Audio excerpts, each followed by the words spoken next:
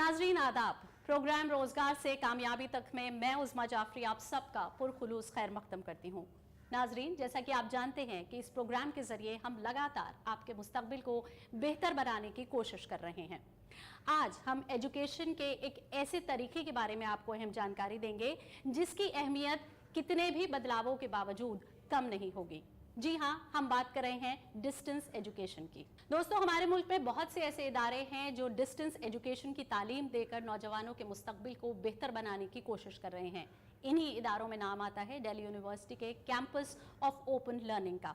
कौन कौन से कोर्सेज यहाँ पर अवेलेबल हैं, किस तरह से आप इन कोर्सेज में एडमिशन ले सकते हैं, इस सब पर हम आपको अहम जानकारी देंगे। साथ ही इस फील्ड में हाल फिलहाल में क्या बदलाव आए हैं ये भी बताएंगे। लेकिन उससे पहले डिस्टेंस एजुकेशन का तारुफ कराता ये पैकेज जल्दी से देख लेते हैं।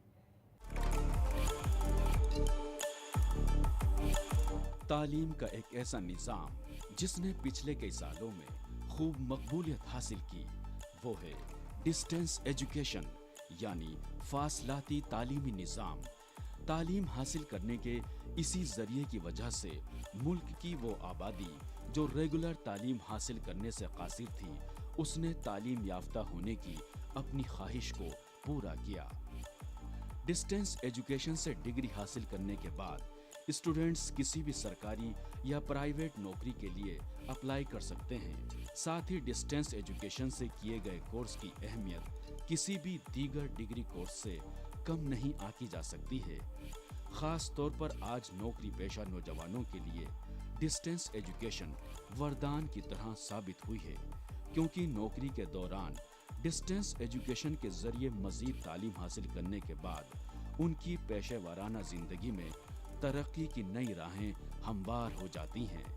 आज फासलाती तालीम के जरिए नौजवानों के मुस्तकबिल को बेहतर बना रहे अहम इदारों की बात करें तो मुल्क में डिस्टेंस एजुकेशन देने वाली यूनिवर्सिटी दिल्ली यूनिवर्सिटी आज लाखों तलबा को डिस्टेंस एजुकेशन के जरिए तालीम दे रही है।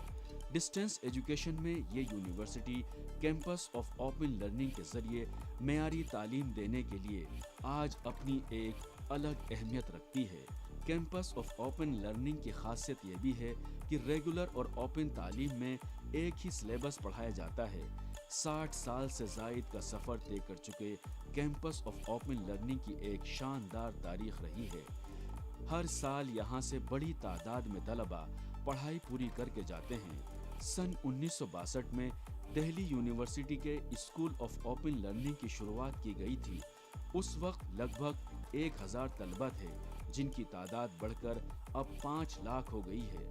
कैंपस ऑफ ओपन लर्निंग मुस्तकबिल पर ध्यान मरकूज करते हुए कुछ नए कोर्सेज की शुरुआत भी कर रहा है, जिसका सीधा फायदा तलबा को होगा। इन तमाम कोर्सेज की मार्केट वैल्यू के साथ ही एकेडमिक वैल्यू भी होगी। माशरे को तालीम याफ्ता बनाने में फासलाती तालीमी निज़ाम ने एक नुमाया रोल अदा किया है। माशरे के आखिरी इंसान तक तालीम की रसाई इस निज़ाम के चलते मुमकिन हो पाई है। अगर आप भी अपनी तमाम तर मसरूफियात के बावजूद तालीम हासिल करना चाहते हो तो फासलाती तालीम आपको इल्म की रोशनी से माला माल कर सकती है। दोस्तों, उम्मीद है कि इस पैकेज के जरिए कुछ हद तक आपने डिस्टेंस एजुकेशन के बारे में समझ लिया होगा। अब इस पर और बारीकी से बात करने के लिए आइए बढ़ते हैं अपने अगले सेगमेंट की तरफ, जिसका नाम है करियर की बात एक्सपर्ट के साथ। डिस्टेंस एजुकेशन की अहमियत और इसमें हो रहे बदलावों पर बात करने के लिए इस वक्त हमारे साथ जुड़ चुकी हैं दिल्ली यूनिवर्सिटी के कैंपस ऑफ ओपन लर्निंग की डायरेक्टर प्रोफेसर पायल मागो। मैम, खैर मकदम है आपका हमारे इस शो में। Thank you so much. Ma'am, सबसे पहला सवाल हम आपसे यही जानना चाहेंगे कि एक नौजवान, खासतौर से वो नौजवान जो एक रेगुलर एजुकेशन नहीं हासिल कर पा रहा है, उसके मुस्तकबिल को बेहतर बनाने में डिस्टेंस एजुकेशन कैसे अहम रोल अदा कर रहा है? Actually campus of open learning इसी तरह का काम कर रहा है जो किसी भी प्रकार से एक रेगुलर कॉलेज में नहीं पढ़ पाते हैं। उसमें कई तरह की कैटेगरीज होती हैं, जैसे कुछ को तो उनकी पसंद की यूनिवर्सिटी में एडमिशन नहीं मिलता, पसंद के कोर्स में एडमिशन नहीं मिलता, कुछ लोगों को जो ऑलरेडी अपने घर के साथ ऐसी फैमिली से होते हैं कि जो उनको ऑलरेडी काम करने की ज़रूरत पड़ती है, किसी व्यवसाय में अपने फैमिली को सपोर्ट करने की ज़रूरत पड़ती है, इसीलिए वो रेगुलर एडमिशन्स नहीं ले पाते। कुछ गरीब परिवारों के लोग होते हैं जो रेगुलर पढ़ाई को अफोर्ड नहीं कर सकते। तो इन सभी तरह के स्टूडेंट्स के लिए कैंपस ऑफ ओपन लर्निंग एक वरदान सिद्ध होता है। जिनका दिल्ली यूनिवर्सिटी में किसी भी कारणवश एडमिशन नहीं हो पाता, लेकिन बहुत अच्छे नंबर होते हैं और उनको दिल्ली यूनिवर्सिटी में ही पढ़ना होता है, उनके लिए भी कैंपस ऑफ ओपन लर्निंग अच्छा एक वरदान सिद्ध होता है। मैम, डिस्टेंस एजुकेशन बहुत सारी यूनिवर्सिटीज़ हैं जो आज की तारीख में एजुकेशन प्रोवाइड करा रही हैं। ऐसे में बतौर director campus of open learning आप इस सेंटर की क्या खासियत बताना चाहेंगी जो इसको दूसरों से अलग बनाता है, और अगर हम शिक्षा के स्तर की बात करें तो उसको बढ़ावा देने में किस तरह से इस सेंटर का योगदान है? कैंपस ऑफ ओपन लर्निंग की अगर आप बात करते हैं तो ये बाकी जितनी भी ओपन लर्निंग के इंस्टीट्यूशंस हैं उनसे डिफरेंट है। एक तो जब ओपन लर्निंग और डिस्टेंस लर्निंग की बात शुरू हुई, जिसको पहले कॉरेस्पॉन्डेंस कोर्स कहा जाता था, तो 1962 में पहला इंस्टीट्यूट भारतवर्ष का दिल्ली यूनिवर्सिटी में as school of correspondence course के उसमें आया, और उसके बाद में ओपन यूनिवर्सिटीज़ बहुत जगह पे आई, पर ये भारतवर्ष का पहला ओपन एंड डिस्टेंस लर्निंग का इंस्टीट्यूट है। पहली बात तो ये है। दूसरा, जो आपने स्तर की बात की, तो दिल्ली विश्वविद्यालय का जो स्तर है उसी के हिसाब से यहाँ पूरी पढ़ाई होती है। जो दिल्ली विश्वविद्यालय के अंदर जिस तरह का सिलेबस है, वही syllabus campus of open learning के स्टूडेंट्स को भी दिया जाता है। जिस तरह के एग्जामिनेशन पेपर्स जो दिल्ली यूनिवर्सिटी के किसी भी एक स्टूडेंट के लिए आते हैं, रेगुलर मोड के स्टूडेंट के लिए, वही एग्जामिनेशन के पेपर्स हमारी कैंपस ऑफ ओपन लर्निंग के स्टूडेंट्स भी उन्हीं क्वेश्चंस को आंसर करते हैं, और उनको पढ़ाने के लिए लगभग साल में 7 महीने हम पर्सनल कॉन्टैक्ट क्लासेस लेते हैं, जो कि अलग अलग जगह पे सेंटर्स हैं। करीब 50 सेंटर्स हैं जो दिल्ली यूनिवर्सिटी के कॉलेजेस में ही हैं, और रेगुलर कॉलेज में टीच करने वाले जो इनके पास एक्सपीरियंस भी है और फ्रेशर्स भी, वो उन स्टूडेंट्स को पढ़ाते हैं। तो इसलिए जो स्तर है वो बिल्कुल दिल्ली विश्वविद्यालय के जो फिजिकल मोड में पढ़ने वाले स्टूडेंट्स हैं, जो रेगुलर मोड में पढ़ने वाले स्टूडेंट्स हैं, उनके बराबर का स्तर होता है। और अंत में जो डिग्री मिलती है वो बहुत इम्पॉर्टेंट है कि क्योंकि वो डिग्री भी दिल्ली विश्वविद्यालय की होती है। मैम, आपने यहाँ पे सिलेबस की बात करी है। अगर अब हम कोर्सेज की बात करें तो क्या जितने कोर्सेज दिल्ली यूनिवर्सिटी के कॉलेजेस में पढ़ाए जाते हैं वो सभी कोर्सेज यहाँ पे पढ़ाए जाते हैं? और अगर हम क्लासेस की बात करें तो कब कब ये क्लासेस होती हैं, और जो नौजवान हैं वो कैसे इन कोर्सेज में एंट्री ले सकते हैं? सबसे पहले तो जो कोर्सेज आपने बात की कि सारे दिल्ली यूनिवर्सिटी के कोर्सेज हैं, वो सारे दिल्ली यूनिवर्सिटी के कोर्सेज नहीं हैं, क्योंकि कुछ कोर्सेज में रिस्ट्रिक्शन है।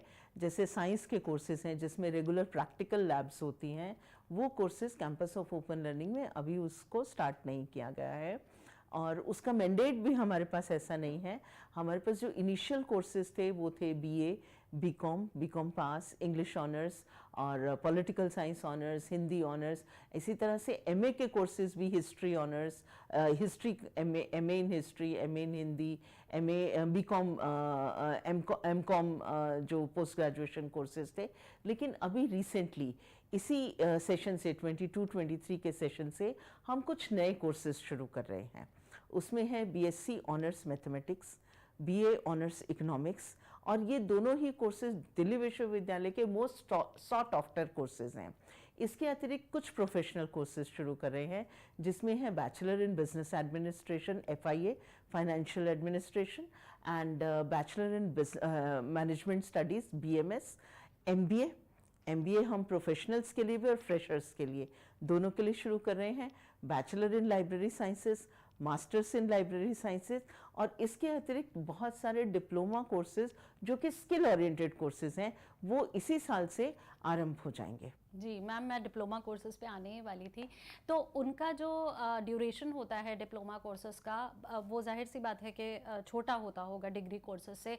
तो कौन कौन से वो छोटे डिप्लोमा कोर्सेज हैं जिनसे यहाँ पर बच्चे मुस्तफ़ीद हो सकते हैं? कुछ तो ऑलरेडी हमारे एग्जिस्टिंग डिप्लोमा कोर्सेज हैं, जैसे ग्राफिक डिज़ाइनिंग है, फैशन डिज़ाइनिंग है, एंटरप्रेन्योरशिप है, जो कि 3-3 महीने के 4-4 महीने के कोर्सेज ऑलरेडी हमारे यहाँ चलते हैं। अभी जो नए कोर्सेज हम शुरुआत करने जा रहे हैं, उनका भी एफिलिएशन दिल्ली यूनिवर्सिटी के साथ है। उनको दिल्ली यूनिवर्सिटी की एसी और ईसी ने अप्रूव किया है। ये 1 ईयर के कोर्सेज हैं, जैसे diploma in journalism and mass communication, PGD land, that is post graduate diploma in library automation services. एक जो डिप्लोमा और हम शुरू करने के लिए जा रहे हैं, वो है diploma in data sciences, and एक डिप्लोमा है डिप्लोमा इन मशरूम कल्टीवेशन। तो इस तरह के जो हैंड्स ऑन, जिससे वो मार्केट ओरिएंटेड डिप्लोमास हैं और उनको जॉब्स मिल सके, इस तरह के डिप्लोमास हम शुरू करने के लिए इस साल से। मैम, जॉब्स की हम यहाँ पे बात कर रहे हैं, तो जो एक नौजवान दिल्ली यूनिवर्सिटी से रेगुलर पढ़ाई करके उसने 3 साल के बाद एक डिग्री हासिल करी है, और एक नौजवान जिसने डिस्टेंस लर्निंग से डिग्री हासिल किया, अगर हम जॉब की बात करें तो जब वो मार्केट में जॉब के लिए उतरते हैं, तो क्या दोनों के सर्टिफिकेट की वैल्यू सेम होती है और दोनों को एक ही तरह की जॉब ऑफर्स मिलती हैं? बिल्कुल, सर्टिफिकेट की वैल्यू सेम होती है। जो डिग्री एक रेगुलर कोर्स के स्टूडेंट को मिलती है, वही सेम डिग्री ओपन लर्निंग के स्टूडेंट को मिलती है। कैंपस ऑफ ओपन लर्निंग के स्टूडेंट के दोनों की डिग्री में कोई भी फ़र्क नहीं होता है, और फ़र्क भी इसलिए नहीं होता क्योंकि उसका सिलेबस, उसका एग्जामिनेशन पैटर्न, उसका conduct of examination is done by university of Delhi. University of Delhi का जो सिलेबस है वही फॉलो होता है, एग्जामिनेशन पैटर्न भी और एग्जामिनेशन असेसमेंट भी यूनिवर्सिटी ऑफ दिल्ली ही करती है। तो और जो हमारे पोस्ट ग्रेजुएट कोर्सेज हैं, जैसे एमकॉम है, उसका तो जो एडमिशन है वो भी दिल्ली यूनिवर्सिटी के डिपार्टमेंट्स ही हमें करके देते हैं और वही उसको मेंटोर करते हैं। तो कोई उसका ना जॉब में कोई डिफ़िकल्टी आती है और ना ही उसका सर्टिफिकेट डिफरेंट होता है, same certificate is issued. Ma'am, सारी चीज़ें एक सी हैं, आपने बताया। अब एंट्रेंस टेस्ट स्टार्ट हो गए हैं कॉलेजेस में एडमिशन लेने के लिए। पहले ऐसा नहीं होता था, मेरिट बेसिस पे बोर्ड्स के रिजल्ट्स पे ये एडमिशन्स होते थे। तो क्या ओपन लर्निंग में भी एडमिशन के लिए एंट्रेंस टेस्ट हैं? नहीं, ओपन लर्निंग में एडमिशन के लिए एंट्रेंस टेस्ट नहीं है, लेकिन हमारे कुछ क्राइटेरियाज हैं। और वो टेस्ट भी इसलिए नहीं है क्योंकि हम एजुकेशन को वाइडर पब्लिक तक लेकर जाना चाहते हैं। तो हमारे पास सीट की रिस्ट्रिक्शंस बहुत सारे कोर्सेज में नहीं है, तो उसके लिए फिर एंट्रेंस टेस्ट की ज़रूरत नहीं है। लेकिन कुछ बेसिक क्राइटेरियाज हैं, जैसे पासिंग परसेंटेज है बीए प्रोग्राम के लिए। अगर बीए प्रोग्राम में कोई भी आना चाहता तो बेसिक उसने 12th किसी रिकग्नाइज्ड बोर्ड से पास किया हो तो वो आ सकता है। लेकिन जैसे बीकॉम है, उसमें 60% की एक रिक्वायरमेंट है।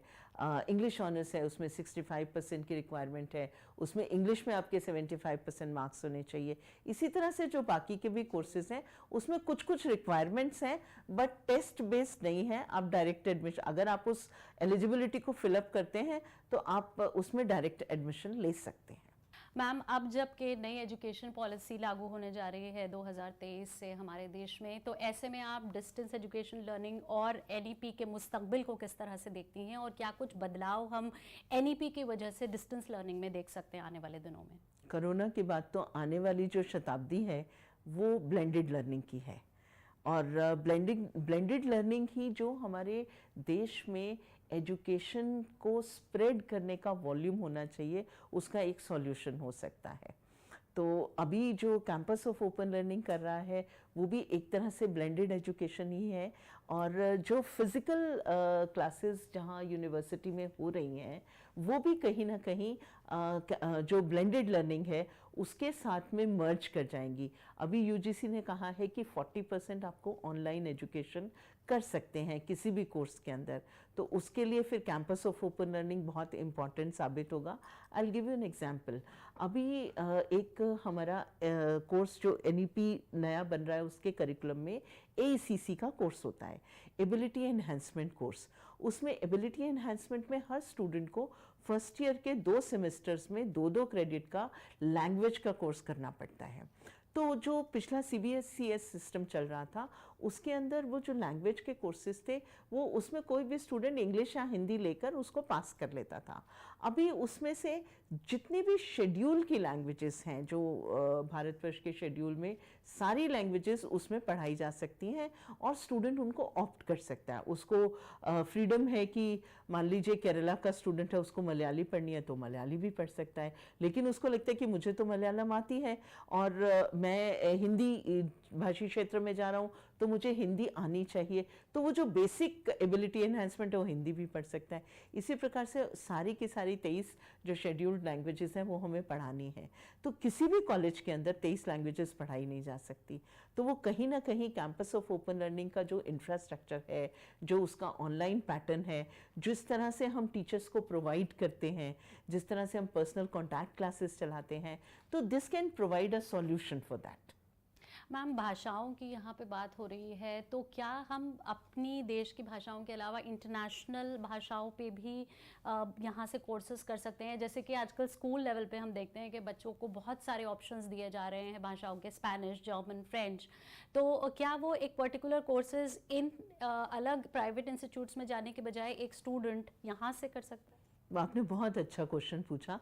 अभी तक ये प्रोविज़न हमारे पास नहीं था, लेकिन इस साल से मेरा जो बातचीत चल रही है, हमारे यहाँ डिपार्टमेंट है, department of German and Romanic studies, तो उनके पास सारी लैंग्वेजेस होती हैं, फॉरेन लैंग्वेजेस, जर्मन है, फ्रेंच है, स्पेनिश है और बाकी सारी लैंग्वेजेस भी वहाँ से वो मेंटोर करते हैं। तो उनसे मेरे हेड ऑफ़ द डिपार्टमेंट से भी बातचीत हो रही है और जो पुराने हेड ऑफ़ द डिपार्टमेंट हैं, तो हम अपने स्टूडेंट्स को कहीं ना कहीं 1 ईयर का डिप्लोमा, उसमें भी certificate and diploma and post graduate diploma courses उसमें भी ऑफ़र करेंगे और कोशिश करेंगे कि ऑनलाइन और ब्लेंडेड मोड मिला के हम उनको ये भाषाएं ठीक से समझा पाएँ, ठीक से उन तक जा पाएँ और वो इन भाषाओं को अपना डिग्री कोर्स करते करते उसमें certificate, diploma and post graduate diploma भी ले पाएँ। तो इनिशियली जो स्टार्ट करने का हमारा है वो है स्पेनिश से, जर्मन से एंड फ्रेंच से। मैम, इतने सारे बदलाव डिस्टेंस लर्निंग में आ रहे हैं, कारण बहुत सारे हैं, पोस्ट कोविड या फिर अगर हम एनईपी की बात करें, तो इतने बदलावों के बाद करियर के इम्कानात एक नौजवान के लिए किस तरह से बढ़ जाते हैं? कैरियर अपॉर्चुनिटीज़ तो बहुत सारी बढ़ती हैं, क्योंकि अगर आप देखेंगे तो डिस्टेंस लर्निंग में आने वाले स्टूडेंट्स बहुत कुछ ना कुछ अपना अलग से कर रहे होते हैं, तो जो वो कर रहे होते हैं उसके साथ में उनको डिग्री भी अर्न करनी पड़ती है, तो उनकी कैपेबिलिटीज़ वैसे भी बहुत ज़्यादा होती हैं। मैं तो कहूँगी जो डिस्टेंस लर्निंग में आके यहाँ पर पूरी डिग्री कर लेते हैं और उसके साथ में बहुत सारे छोटे छोटे कोर्सेज करते हैं, कुछ वैल्यू एडिशन कोर्सेज करते हैं, कुछ लोग अपने बिजनेसेस में, फैमिली बिजनेसेस में लगते हैं, तो उनके लिए ये जो अपॉर्चुनिटी है बहुत वाइडर अपॉर्चुनिटी है। और दूसरा, जिस तरह से हम अब MBA शुरू करना चाह रहे हैं, तो MBA के साथ में भी एक बहुत बड़ी अपॉर्चुनिटी मिलेगी। जो स्टूडेंट्स हैं उनको दिल्ली यूनिवर्सिटी से MBA करने की जो सिलेबस है वो पूरा जो फैकल्टी ऑफ मैनेजमेंट का सिलेबस है और एग्जामिनेशन सेम उन्हीं के पैटर्न पे होगा। और अभी हमें ऑल इंडिया AICT से इसका अप्रूवल भी मिल गया है। सिर्फ डिस्टेंस एजुकेशन बोर्ड का अप्रूवल अभी पेंडिंग है, जो कि हमें 15 से 20 दिन में ज़रूर मिल जाएगा। AICT ने इसको अप्रूवल दिया है और उसके बाद जो हम MBA शुरू करेंगे वो डेफिनेटली स्टूडेंट्स को अच्छी जॉब्स देगा। इसके साथ में मैनेजमेंट के अंडर ग्रेजुएट कोर्सेज भी, BBA और BMS वो भी शुरू कर रहे हैं, वो भी स्टूडेंट्स को अच्छी जॉब मार्केट के उस हिसाब से डेवलप करेगा। मैम, बतौर director campus of open learning, इस सेंटर को पहचान दिलाना आपकी एक बड़ी जिम्मेदारी बन जाता है। ऐसे में आप इसको किस तरह से एक चैलेंज की तरह देखती हैं, और साथ ही अगर हम आगे की योजनाओं की बात करें तो बतौर डायरेक्टर आपकी क्या प्लानिंग है डिस्टेंस एजुकेशन को बेहतर से बेहतरीन बनाने के लिए? बहुत अच्छा आपने क्वेश्चन पूछा मुझसे। इनफैक्ट मैं अपनी एजुकेशन मेरी पूरी रेगुलर मोड में हुई है और जब मुझे इसकी ज़िम्मेदारी दी गई तो मुझे करीब 2 महीने तो लगे इसको पूरी तरह से समझने में, इसका स्ट्रक्चर समझने में, किस तरह से हम इतने सारे स्टूडेंट्स को हैंडल करते हैं। जो रेगुलर मोड में दिल्ली यूनिवर्सिटी के पास 1.7 लाख स्टूडेंट्स होते हैं, हमारे पास 3.5 लाख स्टूडेंट्स होते हैं। और जो हमारा इंफ्रास्ट्रक्चर है, लिटरली हम लोग एक्चुअली वर्चुअल मोड में और थोड़े से लोगों के साथ हम इतने सारे स्टूडेंट्स को हैंडल करते हैं। सबसे इम्पॉर्टेंट है कि इतने सब स्टूडेंट्स के लिए technology is very very important. तो टेक्नोलॉजिकली हम काफ़ी साउंड हैं। हमारी जो कोरोना टाइम में क्लासेस हो रही थी वो गूगल टीम्स पे हो रही थी, जिसमें करीब 20,000 स्टूडेंट एक साथ जुड़ जाते थे और छोटे छोटे ग्रुप्स बना के भी उसमें क्लासेस होती थी। और जितना भी हम अब अपने स्टूडेंट्स को देने की कोशिश कर रहे हैं वो एक इंटरनेशनल जिस तरह से एजुकेशन दी जाती है ऑनलाइन मोड में, उसको कोशिश कर रहे हैं एक पूरा प्लेटफॉर्म बनाने की। और उस प्लेटफॉर्म के ऊपर हर स्टूडेंट की प्रोग्रेस रिकॉर्ड होगी, उसको अपना कंटेंट पढ़ने के लिए मिलेगा, कंटेंट सुनने के लिए मिलेगा। अगर कोई स्टूडेंट किसी समय पे काम कर रहा है और वो पढ़ नहीं सकता, लेकिन कहीं भी ट्रैवल करते हुए कुछ काम करते हुए उस कंटेंट को पॉडकास्ट की फॉर्म में सुन सकता है। उसके बाद में उसको उसी कंटेंट से रिलेटेड वीडियो लेक्चर्स मिलेंगे, क्विज़ मिलेगी, उसकी असेसमेंट होगी और वो असेसमेंट उसके एग्जामिनेशन के साथ में रिकॉर्ड की जाएगी। वो प्लेटफॉर्म उसकी पीयर लर्निंग का काम भी करेगा। किसी को कुछ पूछना है तो इतने सारे उसके पीयर्स वहाँ पर हैं, जैसे ही वो वहाँ लिखेगा तो उसको बहुत सारे आंसर्स मिलेंगे और उसको मॉडरेट करने के लिए एक टीचर होगा कि which is the best answer. तो इस तरह से एक जो इंटरनेशनल लेवल की एजुकेशन है हम उस स्टूडेंट को दे पाएंगे, एक इफ़ेक्टिव एजुकेशन टेक्नोलॉजी के माध्यम से दे पाएंगे। मैम, यहाँ पे आपने कोरोना की बात करी, तो ऑनलाइन क्लासेस जैसे सबकी चल रही थी वैसे डिस्टेंस लर्निंग की भी चल रही थी, आपने बताया। अगर हम एग्जामिनेशंस की बात करें तो एग्ज़ाम्स को कैसे मैनेज किया गया कोरोना काल में, और अब जबकि हम पोस्ट कोविड हालात में आ गए हैं, अब सब कुछ नॉर्मल हो रहा है, तो डिस्टेंस लर्निंग कैसे वापस अपनी नॉर्मलसी पर लौट रही है? एग्ज़ाम्स जैसे मैंने आपको पहले बताया, जो दिल्ली यूनिवर्सिटी जिस तरह से एग्जामिनेशन पैटर्न डिसाइड करती है तो कैंपस ऑफ ओपन लर्निंग भी उसी तरह से एग्जामिनेशन पैटर्न डिसाइड करता है। तो जब कोरोना पीरियड में ओबी का एग्ज़ाम चल रहा था, ओपन बुक एग्ज़ाम ऑनलाइन, तो वैसे ही डिस्टेंस एजुकेशन का भी ओपन बुक एग्ज़ाम चल रहा था। उसका असेसमेंट भी वैसे ही हो रहा था जैसे दिल्ली यूनिवर्सिटी का होता था। और अब जब कोरोना पीरियड ख़त्म हो गया है तो दिल्ली यूनिवर्सिटी का जब एग्ज़ाम होता है रेगुलर मोड का, उसी के साथ में कैंपस ऑफ ओपन लर्निंग के स्टूडेंट्स का रिस्पेक्टिव जो उनके सब्जेक्ट्स हैं सेम एग्ज़ाम उनका भी होता है। तो it is going on the same pattern as of university of Delhi. Ma'am, हम बात कर रहे हैं यहाँ पर डिस्टेंस एजुकेशन की अपने देश में। अगर अब हम बात करें इंटरनेशनल लेवल पे, तो जो बाहर के देशों में डिस्टेंस लर्निंग एजुकेशन दी जाती है उसका स्तर और हमारे देश में दी जा रही डिस्टेंस एजुकेशन लर्निंग का स्तर आप किस तरह से देखती हैं? क्या एक ही स्तर पर हैं दोनों, या फिर कुछ इम्प्रूवमेंट की ज़रूरत है हमारे देश में? नहीं, ये कंपेरेबल हैं क्योंकि हमारा सिलेबस वगैरह बिल्कुल इंटरनेशनल लेवल का जो दिल्ली यूनिवर्सिटी डिसाइड करती है उसके साथ ही होता है। थोड़ा सा बेटर और कहूँगी क्योंकि हमारे पास इतना बड़ा इंफ्रास्ट्रक्चर है कि हम पर्सनल कॉन्टैक्ट क्लासेस भी उनको दे पाते हैं। लेकिन इसमें कुछ चीज़ें जो मैं और इंटरनेशनल लेवल के ऊपर लेके जाना चाहूँगी, और बल्कि हम टारगेट कर रहे हैं कि अगले कुछ सालों में इंटरनेशनल स्टूडेंट्स हमसे जुड़ें। तो टेक्नोलॉजी बेस्ड जो आगे हो सकता है कि हम टेक्नोलॉजी को यूज़ करें और लार्जर नंबर ऑफ स्टूडेंट्स हमारे साथ जुड़ें नेशनली और इंटरनेशनली भी। जो इंटरनेशनल और नेशनल स्टूडेंट्स जो बिल्कुल डिस्टेंस एरियाज़ में रह रहे हैं या इंटरनेशनल स्टूडेंट्स हैं, उनके लिए एक तरह से प्रॉक्टर्ड एग्ज़ाम, ऑनलाइन लर्निंग, इस तरह की सारी चीज़ें शुरू हो जाएं, ये इस तरह का एक विज़न रख के हम चल रहे हैं। दूसरा, अभी जो कॉरेस्पॉन्डेंस एजुकेशन और डिस्टेंस एजुकेशन की जब भी हम बात करते हैं तो हम एक स्टडी मटेरियल और प्रिंटेड स्टडी मटेरियल की बात करते हैं। प्रिंटेड स्टडी मटेरियल सभी लोगों को लगता है कि एक स्टडी मटेरियल ऐसा दिया जाता है कि जो बहुत अट्रैक्टिव नहीं होता है, तो मैं उसको भी कहीं ना कहीं अट्रैक्टिव बनाने के लिए उसका डिजिटल ट्रांसफॉर्मेशन करना चाहती हूँ। तो विद इन 2 to 3 years जो ये प्रिंटेड मटेरियल है जिससे कि बहुत सारे पेड़ भी कटते हैं, बहुत सारा कागज़ भी हमारा वेस्ट होता है, उसको हटा के कुछ ऐसा इलेक्ट्रॉनिक गैजेट जिससे वो स्टूडेंट, चाहे वो ई बुक रीडर हो, कोई टैब की तरह का हो, कोई उसमें ऐप चले और ऑनलाइन प्लेटफॉर्म हो, इन सब को यूज़ करके जो रीडिंग्स और वीडियो लेक्चर्स और डिस्कशन फोरम इस तरह का कुछ डेवलप करके, और फाइनली जो स्टूडेंट्स यहाँ दिल्ली यूनिवर्सिटी में आके एग्ज़ाम नहीं दे सकते उनके लिए प्रॉक्टर्ड एग्ज़ाम का प्रोविज़न हो, ऐसा भी कुछ करने का सोचा है। तो शायद अगले 2 से 3 साल में ये अचीवमेंट हो जाएगी। मैम, बहुत सारी योजनाओं की हम यहाँ पे बात कर रहे हैं आपसे डिस्टेंस एजुकेशन को लेकर। अगर वो एक ख़ास मकसद या फिर कहें कि वो एक ख़ास विजन जिसके साथ ये इदारा काम कर रहा है वो जानना चाहेंगे? It is quality education. Just one word. Quality education and employability. Ma'am, क्योंकि एम्प्लॉयबिलिटी वाकई एक बहुत बड़ा चैलेंज हो जाता है कि जब एक साथ स्टूडेंट्स इतने सारे एडमिशन लेते हैं और जब एक साथ मार्केट में उतरते हैं जॉब्स के लिए, तो वाकई वो एक बहुत बड़ा चैलेंज है उनको काम दिलाना। मैम, आखिरी सवाल आपसे यही करना चाहेंगे कि जो नौजवान डिस्टेंस एजुकेशन लर्निंग में आने के ख्वाहिशमंद हैं उनको आप क्या मैसेज देना चाहेंगे? जो डिस्टेंस एजुकेशन में आने के ख्वाहिशमंद हैं उनको मैं यही मैसेज देना चाहूँगी कि दिल्ली यूनिवर्सिटी की जो अब नेशनल एजुकेशन पॉलिसी के बाद में अंडर ग्रेजुएट करिकुलम फ्रेमवर्क बना है जो कि कैंपस ऑफ ओपन लर्निंग में भी चलेगा, उसमें 3 साल में स्टूडेंट्स को 6 स्किल कोर्सेज करने हैं और ये स्किल कोर्सेज जॉब ओरिएंटेड और मार्केट ओरिएंटेड होंगे। और इसके साथ में जो सेक्टर स्किल काउंसिल्स भी हैं उनको भी हम इन्वॉल्व करने की कोशिश कर रहे हैं जिससे हमारे स्टूडेंट्स की स्किल मार्केट ओरिएंटेड हो और अधिक बढ़े। मैम, आपने आज डिस्टेंस एजुकेशन लर्निंग पर हमको इतनी अहम जानकारी दी, इसके लिए आपका बहुत बहुत शुक्रिया। Thank you so much.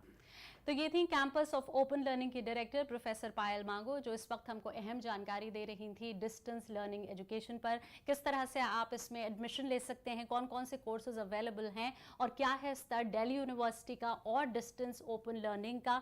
अब किस तरह से ये दोनों सिमिलर हैं, जब आप जॉब मार्केट में उतरते हैं तो कैसे आप एक ही लेवल पर होते हैं, इस सब पर हम अहम बात कर रहे थे। अब हम बढ़ते हैं अपने अगले सेगमेंट की तरफ जिसमें हम आपको नौकरियों और एडमिशन्स के बारे में अहम जानकारी देते हैं। तो आइए जल्दी से देख लेते हैं कि इस वक्त आप कहां कहां पर नौकरियां हासिल कर सकते हैं और कौन कौन से कोर्सेज में एडमिशन ले सकते हैं।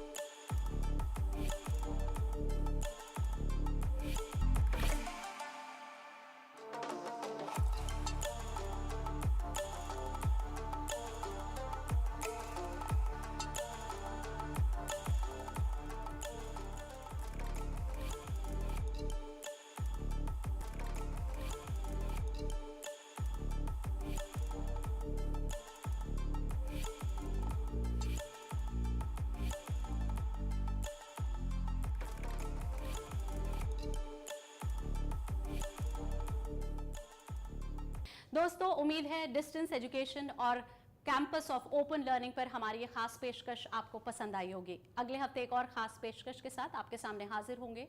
तब तक के लिए दीजिए इजाजत। खुदा हाफिज।